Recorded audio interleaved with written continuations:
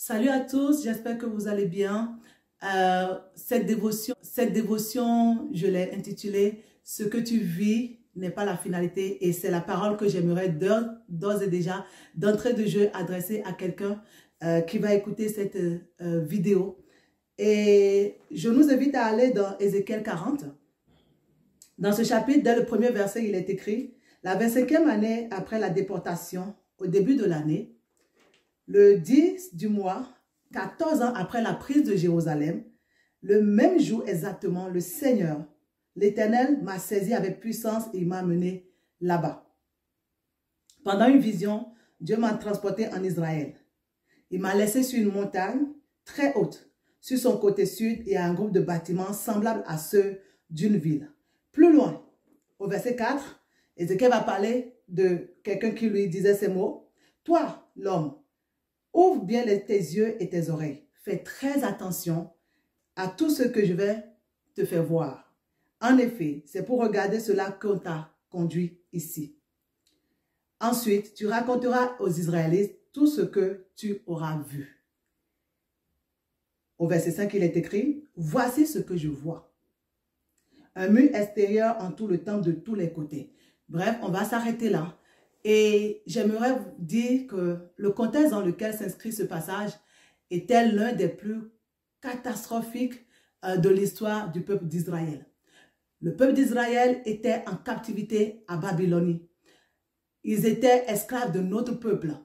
Jérusalem était en ruine. Le temple qui faisait la gloire du peuple était complètement dévasté. Peut-être nous, on lit ces passages et on pense que nous, ça ne nous parle pas trop parce que, voilà, ils ont désobéi et ils se sont retrouvés dans cette situation. Mais c'était le déshonneur vraiment pour un juif de se retrouver à l'extérieur de son pays et de ne pas être présent dans la vie sainte pour pouvoir adorer son Dieu. C'était la catastrophe pour eux. Et en fait, dans ce contexte-là, il n'y avait rien qui correspondait en fait à leur statut de peuple élu. Ils savaient qu'ils étaient le peuple élu de Dieu et cela faisait leur fierté. Mais en ce moment-là, dans la réalité, rien ne correspondait à leur statut de peuple élu. Et dans cette situation difficile, Dieu va venir voir son serviteur Ézéchiel. Il va le prendre dans une vision. Il va l'emmener à Jérusalem pour voir ce qu'il va faire dans les temps à venir, pour lui montrer le futur. Il va le montrer par l'intermédiaire d'un ange. On a lu brièvement sur cet ange qui lui parlait. L'ange va lui dire, viens et regarde.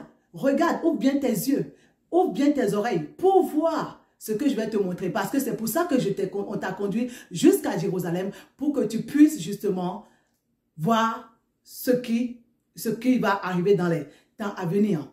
Et ça, c'était vraiment un message d'espoir pour le peuple d'Israël. Parce que l'ange va lui dire après, quand tu auras vu, quand tu auras entendu, tu iras raconter tout ce que tu auras vu et entendu au peuple d'Israël, à tes autres frères. Mais c'était tout un message d'espoir. Parce que dans le pays où ils étaient en captivité, rien ne pouvait prédire qu'ils allaient un jour retourner dans leur pays. Ils étaient sous le joug de l'ennemi. Ils étaient en déportation. Ils étaient dans un pays étranger et ils subissaient les lois de ce pays. Ils ne pouvaient même pas adorer leur Dieu comme ils aimaient le faire dans la ville sainte, dans le temple. Mais Dieu va envoyer un message d'espoir par Ézéchiel. Et là, il va dire, dis-leur, il y aura encore le temple. C'est-à-dire, Dieu était en train de dire par Ézéchiel à son peuple que vous retournerez dans votre pays. Je vous ramènerai dans votre pays et vous aurez encore un temple où m'adorer. Oh, c'était tout un message d'espoir pour ce peuple-là. Mais j'aimerais dire à quelqu'un, pour que le peuple d'Israël soit encouragé par ces paroles que le Seigneur a données, par ces visions que le Seigneur a données, il fallait que Ézéchiel voie. Aussi, j'aimerais dire à quelqu'un, il faut que tu puisses voir au-delà de ta réalité, au-delà des circonstances, de ta condition actuelle. Toi qui passes par des moments difficiles, j'aimerais vraiment t'encourager à voir au-delà, à fixer ton regard sur celui qui t'a appelé et à voir les choses qu'il veut te montrer. Parce que au-delà de ce que tu vis aujourd'hui, il y a une autre réalité invisible où Dieu a déjà préparé un futur glorieux pour toi, où Dieu a déjà préparé un avenir meilleur que ce que tu vis actuellement. Mais faut-il que tu le vois et que tu puisses placer ta foi dans ce que tu as vu et pouvoir l'obtenir. La Bible nous dit dans Hébreux 3 au verset 11, c'est par la foi que nous reconnaissons que le monde a été formé par la parole de Dieu, en sorte que les choses qu'on voit n'ont pas été faites de choses visibles. En d'autres termes, les choses visibles que nous voyons n'ont pas été faites de choses visibles, mais de choses invisibles. Il y a un plan nouveau que Dieu a pour toi dans l'invisible, que tu dois pouvoir toi-même aussi aller voir comme Ézéchiel a vu et pouvoir saisir ce plan que Dieu a pour toi. Parce que c'est disponible. J'aimerais t'encourager vraiment, mon frère, ma soeur. Quels que soient les moments difficiles par lesquels tu passes, regarde seulement cette histoire d'Israël. C'était la catastrophe. Le tableau était sombre, le tableau était noir. Personne ne pouvait prédire ce qui allait arriver par la suite des temps. Mais Dieu, par son serviteur, leur a donné un message d'encouragement pour qu'ils n'abandonnent pas, pour qu'ils ne se découragent pas, mais qu'ils continuent à garder leur espoir en Yahweh qui les a déjà secourus plein de fois. Et je veux te dire toi aussi que le Dieu qui t'a secouru dans le passé, il a encore des choses nouvelles à faire avec toi. Alors, ouvre tes yeux, fixe tes yeux sur lui et regarde le plan qu'il a pour ta vie, pour le futur qu'il a pour toi. Mais j'aimerais dire que si toutefois Ézéchiel a vu, et dans la parole, la Bible nous dit également que Jérémie a reçu une parole dans ce sens où Dieu a promis que son peuple allait retourner sur la terre sainte après 70 ans de captivité. Mais même si toutes ces paroles ont été données, il a fallu que des années plus tard, un autre homme se lève pour que ces choses, ces promesses que Dieu avait données à son peuple trouvent leur accomplissement. Nous connaissons pratiquement toute cette histoire. On va aller dans Daniel 9. À partir du verset 1, il est écrit: la première année de Darius, fils d'Assuérus, de la race des Mèdes, lequel était devenu roi du royaume des Chaldéens. La première année de son règne, moi, Daniel, je vis par les livres saints qu'il devait s'écouler 70 ans pour les ruines de Jérusalem, d'après le nombre des années dont l'Éternel avait parlé à Jérémie, le prophète. Je tournai ma face vers le Seigneur. Vraiment, je tiens à ce qu'on souligne ces premiers mots du verset 3. Je tournai ma face vers le Seigneur Dieu, afin de recourir à la prière et aux supplications, en jeûnant et en prenant le sac et la cendre. Je priai l'Éternel, mon Dieu, et je lui fis cette confession. Seigneur, Dieu grand et redoutable. Et on connaît la suite. Et on connaît aussi, pour ceux qui ne connaissent pas ce passage, je vous invite à aller lire Daniel. On n'a pas le temps ici de lire tout ce passage. Je vous invite à aller lire Daniel chapitre 9. Et vous allez voir, alors que Daniel était en train de prier, il y a eu un combat spirituel qui s'est passé dans les hauteurs célestes. Et il s'est fait que finalement, parce que Daniel a persévéré, la libération est venue. La parole est venue à Daniel pour dire, finalement, sa prière a été exaucée et on a vu par la suite des temps que le peuple d'Israël a pu rentrer sur la terre promise, a pu à nouveau retrouver le temple.